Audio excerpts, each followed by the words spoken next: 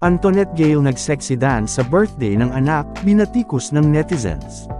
Marami ang napataas ang kilay matapos mapanood ang ginawang sexy dance ng social media personality na si Antoinette Gale.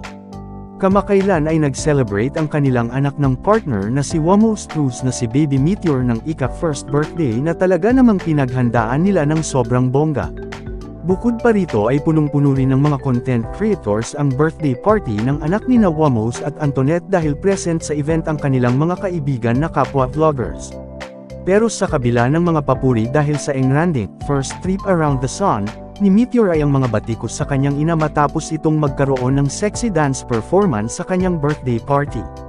Kasi ni Antoinette ang kanyang matagal ng pinaghandaan na water dance cover na siyang sinayaw niya sa harap ni Wamos pati na rin sa harap ng kanilang mga bisita.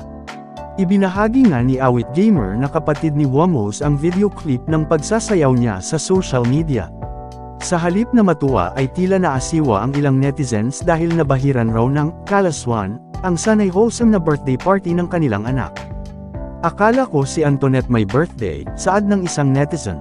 Comment naman ng isa, children's party ganyan ang sayaw. Napakalaswa mo Antoinette, hirit naman ng isa. May ilan pa nga na ikinumpara ang celebration nila sa naging birthday party ng anak ng sikat ring social media personality na si Zinab Hareik. Antoinette Gale hahahabit nyun prang di naman pambataong presentation hehe. Si Zainab, nung nagbide anak niya Disney ang presentation niya hehe. Sana natuwa si Meteor sayaw niyo po, say ng isang netizen. Samantala, mukha namang wala siyang pakialam kahit na ano pang pambabatikos ang ibinabato sa kanya ng madlang people. Anya ni Antoinette, first time ko yan wala po ako pakialam sa sasabihin mayo nyo presentation ko yan para sa asawa ko at anak ko. Bukod pa rito ay ipinost pa niya ang video ng kanyang mga practice kasama ang kanyang choreographer bilang paghahanda sa performance sa birthday ng anak.